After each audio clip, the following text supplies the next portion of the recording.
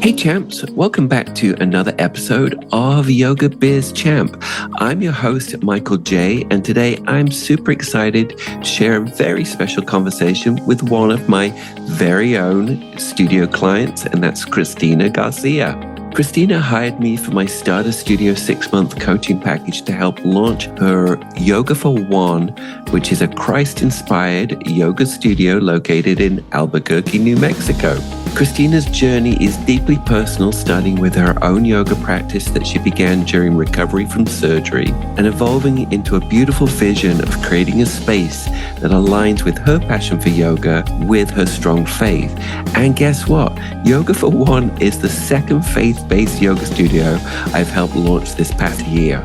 In today's episode, Christina openly shares her path from those early sparks of inspiration and overcoming her fears to navigating the unique challenges of opening a niche studio. You'll hear about the heartfelt mission behind her work and how she gracefully combines spirituality with her yoga practice, and some practical insights into the power of community building and alignment with your true values. Grab your tea, find a comfy seat, and let's get ready to be inspired by Christina's authentic journey. Let's dive in. Enjoy. Welcome to another episode of Yoga Biz Chat. And my guest today is Christina Garcia from Yoga for One. Hi, Christina. Hello. Well, full transparency here. You're a client of mine. And you came on board with me for coaching for my Starter Studio package, and you have launched a studio. I've been there along the way for the journey, and I kind of want to go through the journey together for the folks listening.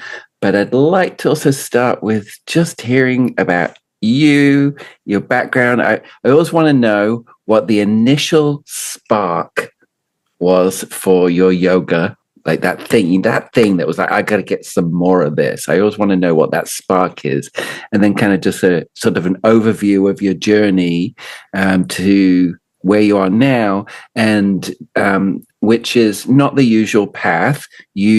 We've just launched a faith-based studio, and you are my second faith-based studio that I've helped launch. And I love it. I love niche. And so I'd love to know kind of your journey to opening this very niche studio. Yeah. Well, I came to yoga through an injury. So I was practicing yoga. And as a Christian, there was no Christian yoga. And I didn't know that there was a difference, to really be honest. And I took my kids to a class, and our son, 15, I think he's 14 or 15, and he's like, "Don't take me to that class again." And I'm like, "Why?" And he's like, "Because we don't believe that." And it was very Hindu affirmation heavy. And so I had to listen to that. And then that just changed my course of how I practiced yoga, how I saw it. Because, kids are very linear. Do your homework, make your bed. Yeah. But what was the spark? I want to know that spark, though. What was that moment where you went, oh, wow, yoga? What was it? Okay. So the crazy thing is I had a Groupon. Okay.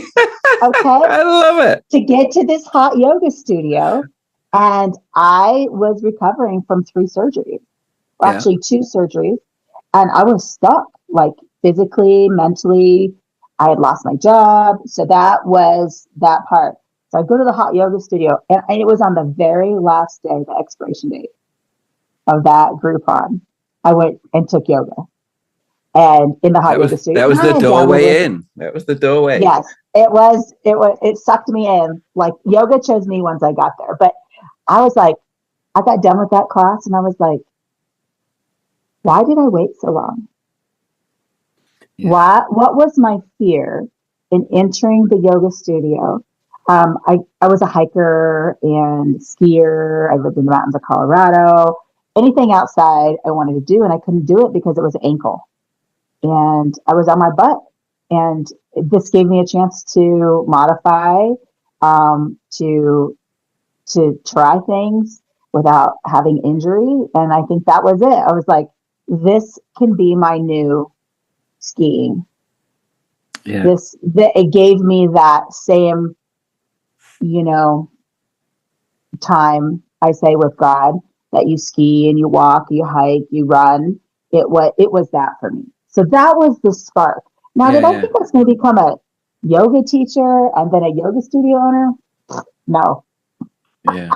So what was the journey? So started yoga. How did you get from starting yoga to being a teacher?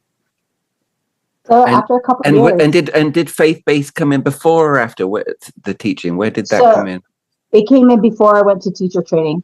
I just kept practicing, and it was I would do yoga in the studio maybe 5 to 7 times. I might have gone every day for 2 years. Just I had my special classes that I loved so much, and even if it wasn't my class, I'd be like, what break do I have today? I'm going to go to the studio and practice with whoever was teaching. I got to the point where it didn't matter who was teaching. I knew that I was going to gain something, and I was going to let go of something when I got there. Oh, nice. Yeah. And so a couple years in, and then my favorite instructor, I just said, hey, do you think that I would be a good yoga instructor? She goes, yes. And she goes, your practice is beautiful. You should do it. Well, there was nothing faith-based, and I really didn't want to go the traditional route. And I had a client at our other business bring me the yoga journal with Brooke Boone on it, the founder of Holy Yoga. So I reached out and I became Holy Yoga certified. Yeah, so in alignment in all ways. Right. It was my belief system, and I felt safe and comfortable in that process. Yeah. So you became a yoga teacher. Started teaching on your own or started teaching in studios? So I did audition at the hot yoga studio that I was practicing at. And that, she had a bunch of superstars there. And so she wasn't interested in this new kid that teaches holy yoga. That would be too much to swallow. And so I went out on my own. I started a ministry in my church, and I teach Thursday nights for free still to this day. Started that in 2014. I love making yoga accessible to anybody and at no charge. I think there needs to be a place for that. And so I do it there at the church. And I just really did it on my own. I rented places. I did it in the park. I traveled and did retreats. So I did it. Yeah, you've been a hustling teacher. For sure. Totally hustling. And I've worked, and then the studio that I practiced at, she reached out and through other people. And then I went in one day and I said, here, you want to talk to me? She goes, I have 2 classes I need you to teach. I said, okay. She goes, and it was a moment that we had a conversation and said, I should have hired you 2 years ago. And I said, it's okay. Because it was a beautiful journey. It allowed me as a yoga instructor to have my own voice, to really get grounded in what my belief system is, and to work the craft of teaching people yoga. And I wasn't in a big hot yoga studio with like 60 instructors. You can get swallowed up in there. And I really had to do a lot more education and really make that journey personal. And that's how it happened. And I worked for her for the last 10 years. And you did teacher training too. So I started a teacher training through Holy Yoga. I'm a licensed teacher trainer for Holy Yoga. Yeah. And we bring that personal in-person training here to New Mexico. So I do that. And I've done, the last 2 years, I've done a training each year, and we're starting a new one in the studio, which is exciting. The studio is going to have the teacher training.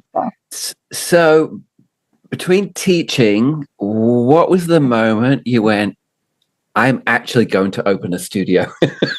Like, what was because it's a brave thing, you have a you and your husband Alberto, you have your full-time jobs, and so you saw a need here, but what was that crazy moment where you went, I'm going to put some money down on a business, or I saw a location? What was the thing that went, I'm going to do this?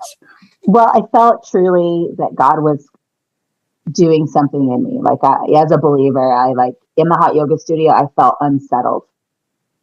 I felt very unsettled for the last probably year and a half.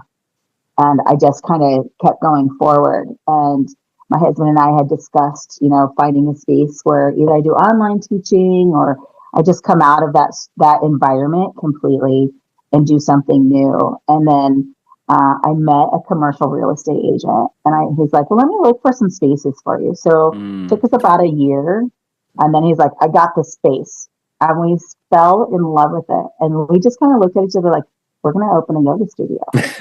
and and the best part is like, so there's so much yoga everywhere in our area, but it's all condensed in one area.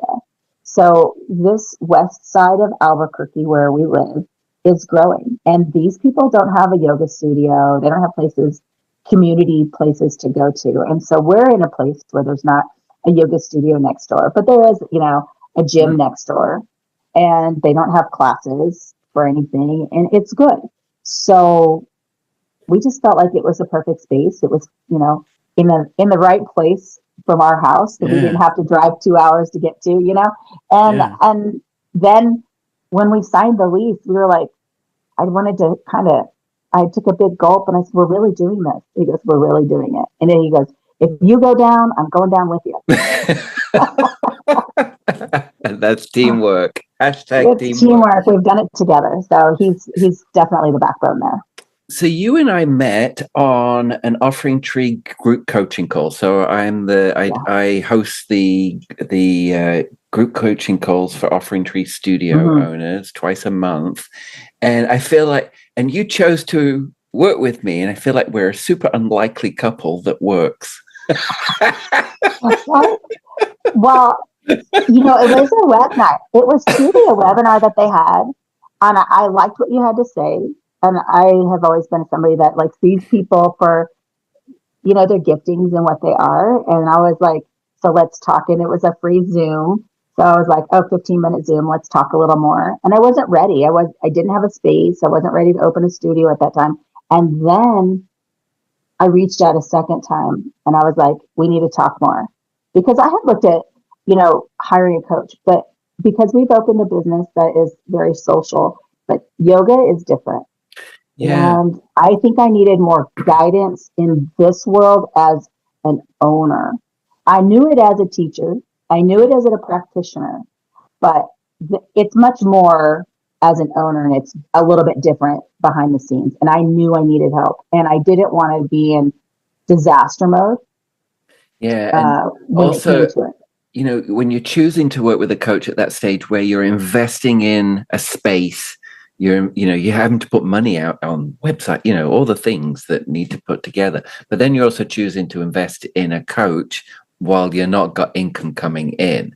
So I'm kind of curious because, that's a big, brave decision, I think.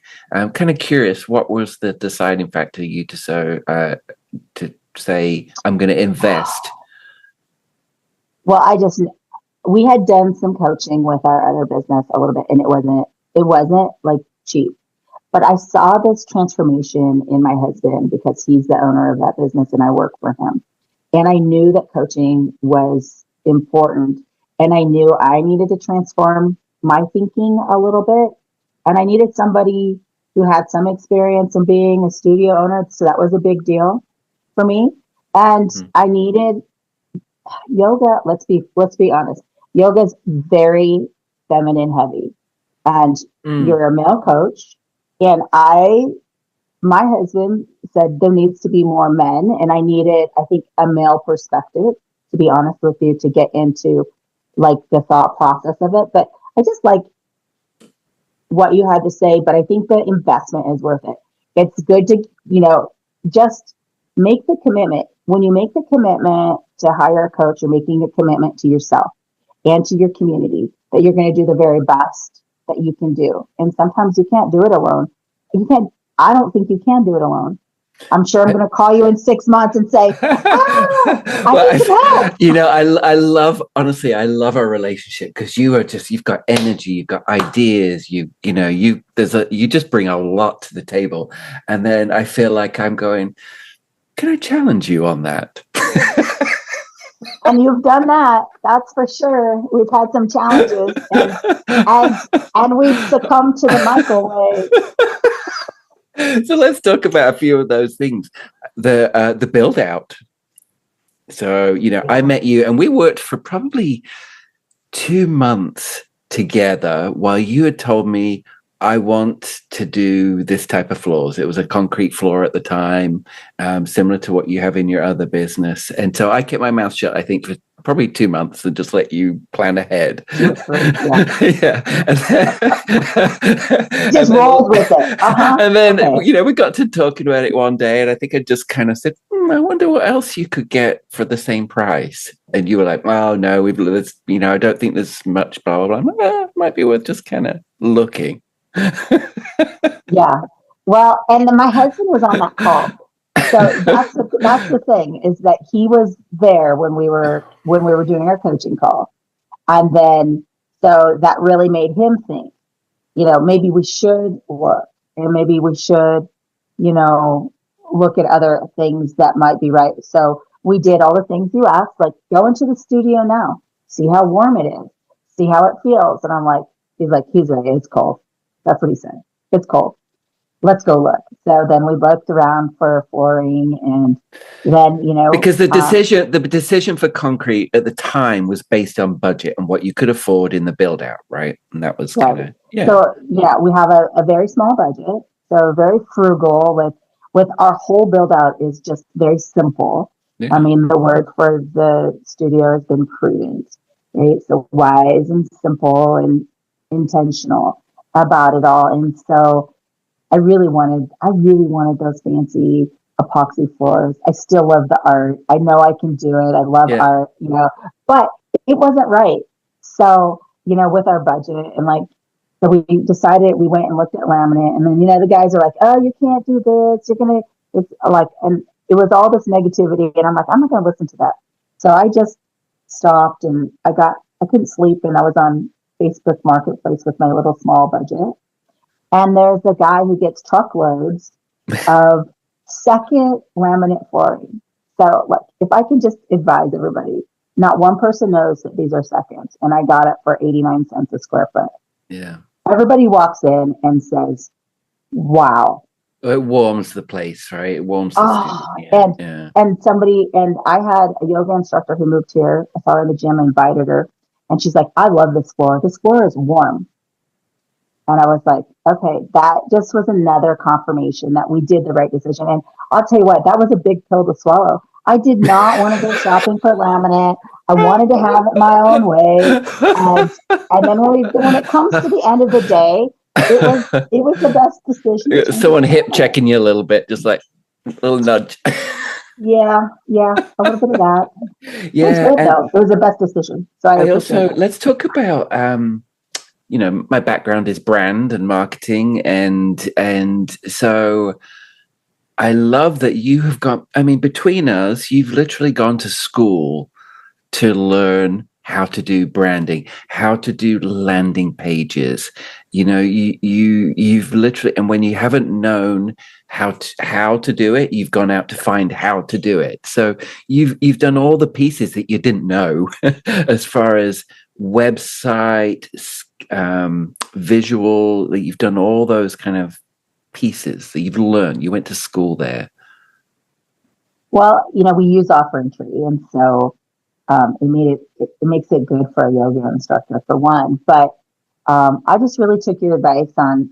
So I picked out a palette for the branding of the colors. What colors that were going to be with my logo? I have turquoise in my logo. So what colors? And we played a little this or that, this color or that color, this color. And we started branding. And so we have a color palette, we have a font, we have all these things that are our brand. And we have a mission statement, vision statement, and we created a culture for that. So that when we talked about onboarding. So let's leave that. I'm going to save that because that's kind of a whole different part of it. So the brand is building, but sharing the website. So I had a founders member come in and say, are you a chain yoga studio? And I said, no, I'm locally owned. This is my own creation. And she's like, well, your website doesn't look like it. And I was like, thank you, Michael, for guiding me. Like, change this, add this. This needs to be in a different place. And those are really good suggestions. And I would never have even thought about them had we not gone over some of, the way that my homepage looks and how the landing page for my memberships look. And now that I've created it, now I don't have to recreate and reinvent the wheel. Yeah. So And it's quick and easy. learning advertising, learning, Yeah. and then you've also had somebody bashing you over the head saying, get out there on social media, get talking about your studio. Okay, so I've had a little resistance on that one. So we do have a little fun because we're in the Southwest and you call it a talkie, right? You call it talkie, and Roberto's like, "Have you done your talkie for the day? Have you been on there and get your talkie We got to get some buzz going here." Yeah. So now I actually have one of my instructors is doing it. Yeah. Like, she's doing the talking every her day, so she picks up that talking and it comes from her. So the talkies are really important because I've had people say, I'm following your journey.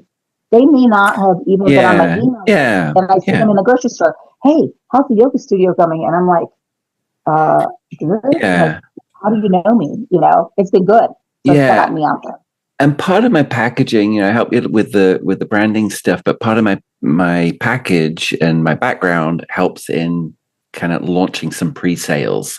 And that was something that we talked about that was important to you, was to get some pre-sales to cover some of the build out costs along the way before opening. And I think we did a pretty good job of reaching out to the people that already know, love, and trust you, and getting some people to get involved and put a credit card down ahead of time, sight unseen. And before doing that, to back that up, we had to create a class schedule. So you kind of can't pre-sell something until you have something to sell. So that was a big process that we worked together there, was creating a schedule that was in alignment with your values, that works within your demographics availability, and then also that you had to, and and then also getting the team in alignment to build that schedule so that we could pre-sell. That was a big process. Yes, and it wasn't easy because it took a lot of thought process, and I had to really think about what was the most important thing and why. Go back to the why. Why did I leave a hot yoga studio to open the studio of my own? And it's non-hot. And it's faith-based, and we don't have any non-hot. And like, what were in that demographic that I want to reach? What kind of classes do they need? And it can't be what I was teaching. It had to be something that they were. So it took a lot of like sitting with it and looking at it and doing writing the class, and the class descriptions for each one, making it a difficult, and then putting it on there as an offering at what difficulty level it is, so people understand what they're getting into, right? Yeah. And so I think that just took time, and you helped me along the way with some of your tools that you shared with me, which helped me. And I'm like, oh, and I just sat down. I don't think I watched any Netflix. I think I listened to a lot of Netflix and had dinner and was on the computer, but it was. Those were resources that got it done a lot faster, where I didn't have to really struggle so much, but the guidance there was needed. What about the accountability?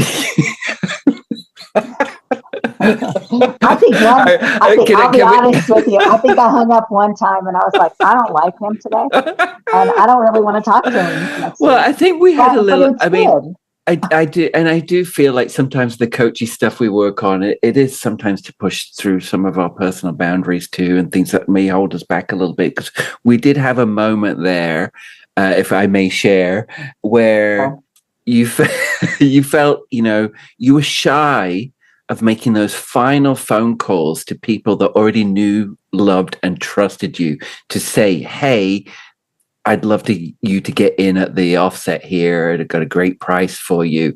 And every time we met we meet weekly, right? And every time Right. we were meeting, it was like you weren't doing that part. There was something, and I'm like, but that's what I want you to do. That's what I need you to do. This is part of it, right?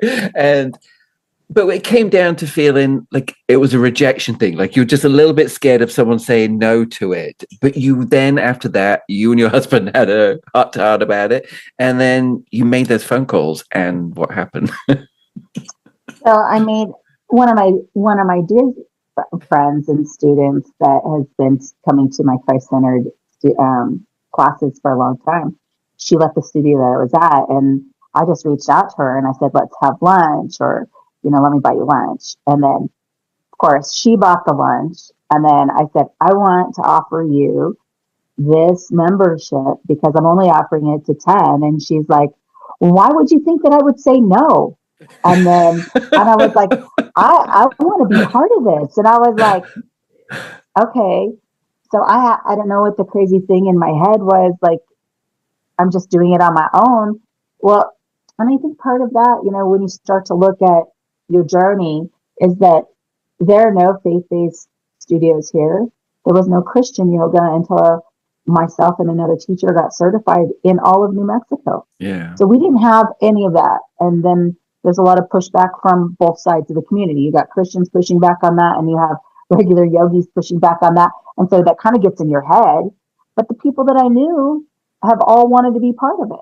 Yeah, and so we've pre-sold annual membership for some of them for the first time around to help you get opened, and then also some annual founder or monthly founders memberships too. And so I'm super happy for you on that. On the, we just touched on building the class schedule, but more along the line, I'd like to talk now about. We touched on it a little bit before. So mission, vision, values. So you are a very niche, and not everybody's cup of tea, nor every teacher's cup of tea is going to be in alignment. So one of the things that we work together on in the package is a very clear onboarding document that goes over mission, vision, values, which is a big therapeutic process in itself, right? Having to think that out, and then putting together what your expectations and guidelines are that make everything in alignment with your studio and the customer experience ultimately. And so we created this document so that then you could hire to it. Can you talk about that process a little bit, how that was for you? Yeah. So I had to really think about, so I already had my mission, my vision, and my culture. I already knew what that was. But then, to set it all up for onboarding and how does that look? And then I had to it's a lot of thought. It takes time to really put what's important to you in your studio and how you want it to be done on a piece of paper. And so when I finally got it done, then when I would interview, I wouldn't give him the full onboarding document of all the runnings of the studio. I just said, this is our culture. This is our values. If this aligns with you, let's talk further. And then I would have crickets. People I think that were aligned, and they're like crickets. And I'm like, I don't think I'm interested. Thank you. And to have gratitude that you're not hiring somebody who doesn't align with what you want to do for your community or be part of your studio. And that's okay. It filters it out to where you get people who are aligned. And even I, hired people that thought they were going to align, or they thought that they were going to align. And then, we're in our fourth week. And so I've lost a couple instructors just because I think they weren't fully in alignment with the document, which was 6 pages long when I give them the full document when they're hired, that it wasn't really their cup of tea. And that's okay, because I want people, want people that we ever get along with and we communicate well. And we have one thing in common, the client, and we love yoga. And I got to say, you hired really well. I mean, I met your whole team. Part of the package as well, I come in and I do the customer experience training. So the pre-class experience, the in-class experience, why to know the numbers as far as pricing, and the post-class experience kind of thing. And so your team is in alignment, tattoo girl and all. I saw my tattoo girl today. And what's her name again? Sorry, I just call her Sarah. tattoo Sarah. But I mean, talk about alignment, right? She is hustling for you. She's out there spreading your postcards. You know, creating conversations, and she's so excited and helping spread the word for you. So you can't get more aligned than that. Nope, she's a good one. And the cool thing is that I met her through the studio that I was at, and she said, Car-centered yoga teacher training? What's that? And she did not know that there was a thing. And then she did training with me at the 100-hour level so she could become a holy yoga teacher, so that she could teach in alignment with that as well. And that was her belief system as well. So yeah, it's good. Yeah. See, Christina, you did all the work, like all the pieces ahead of time. You launched, and once you've launched, it's not over, right? It's like lots of learning comes in. So what have you learned since you've opened the doors? That there's going to be hiccups and you're going to be okay. Yeah.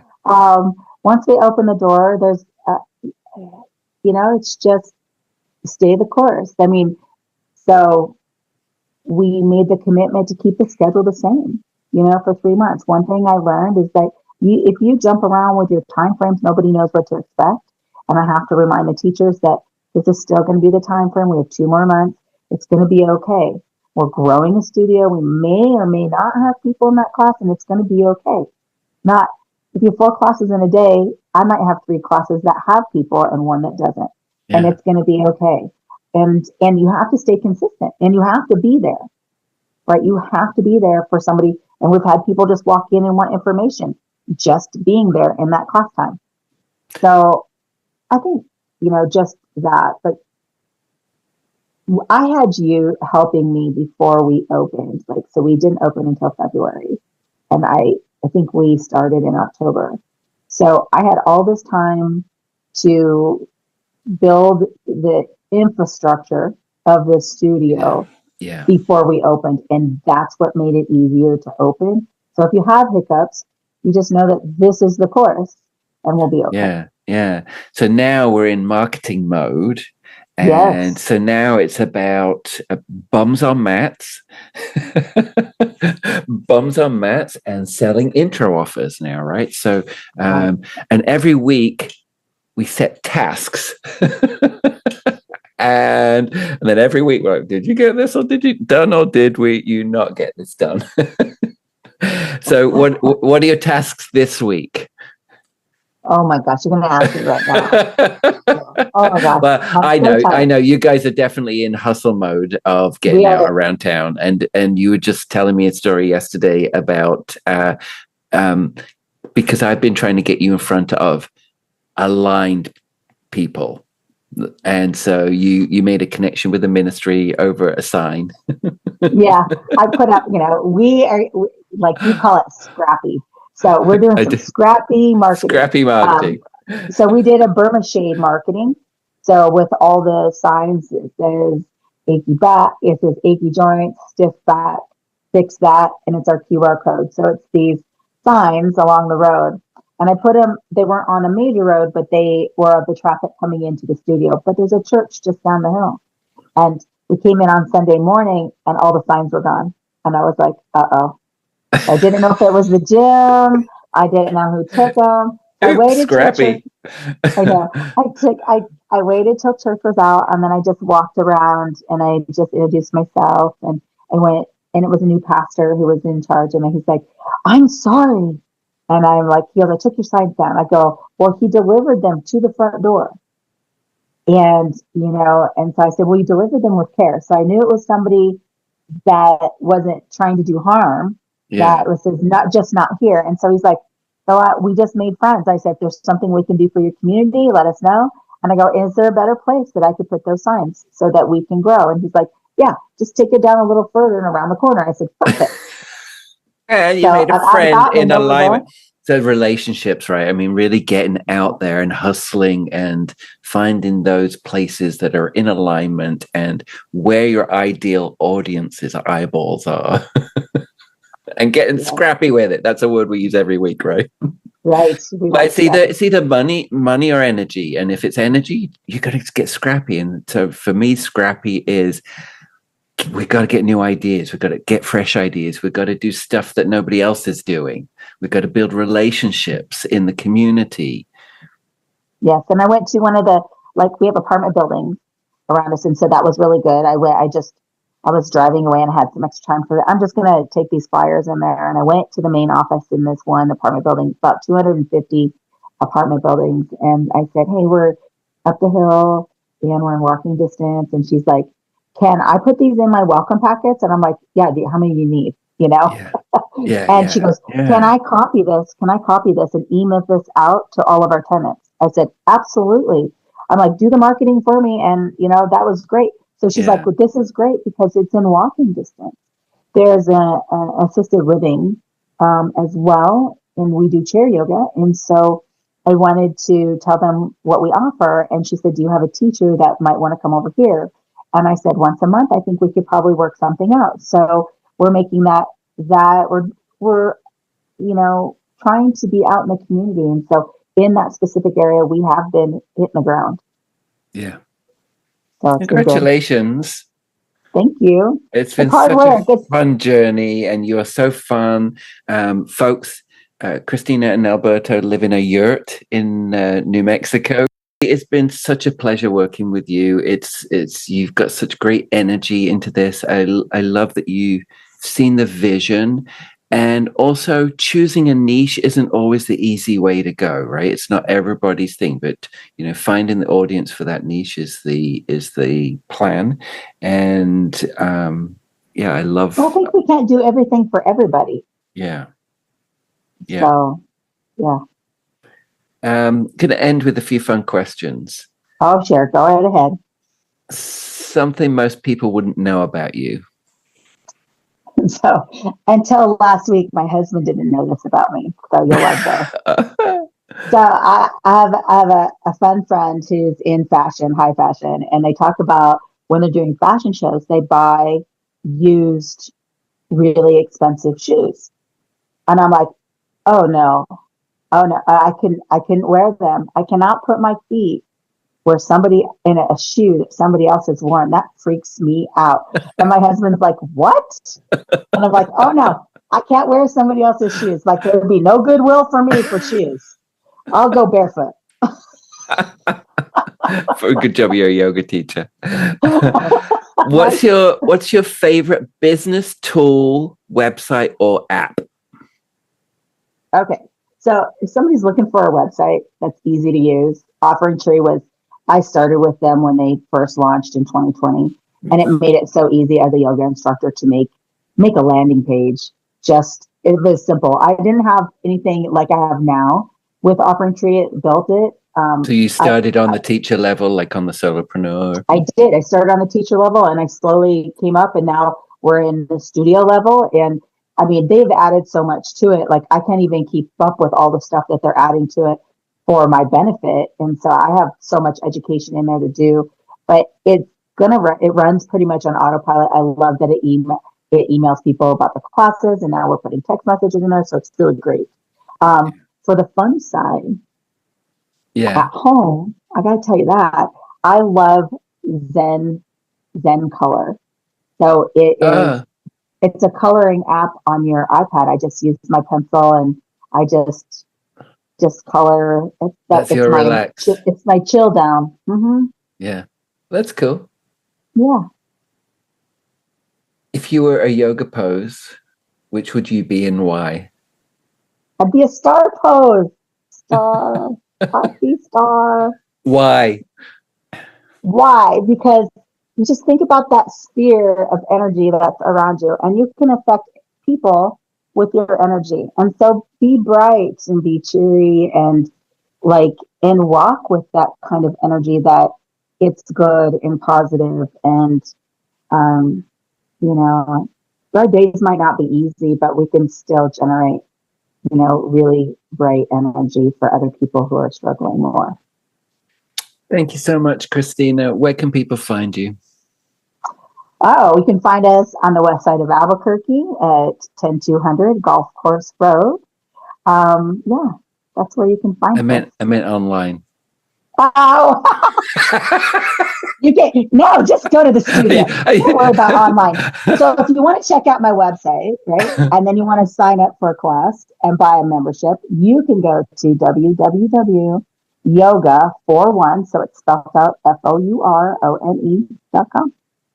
And Instagram? Instagram is yoga 4.1, and on Facebook it's yoga and fitness 4.1. So we're in all the places. I'm on YouTube as well. You can find me there. I've been around the block for a few years. So thank you so much for taking the time today, Christina. I appreciate you. Thank you. Thanks. Bye. Thanks for tuning in, champs. If you've enjoyed today's episode, please subscribe to this channel. It means a lot. And if you're ready to open your own studio or grow your current one, visit yogabizchamp.link/YouTube to book your free strategy call with myself and explore my starter studio and grower studio packages. And you'll also get access to all of my free Yoga Biz Champ resources, yogabizchamp.link/YouTube. And you can check out other insights and follow me on all social media platforms at Yoga Biz Champ. See you next time.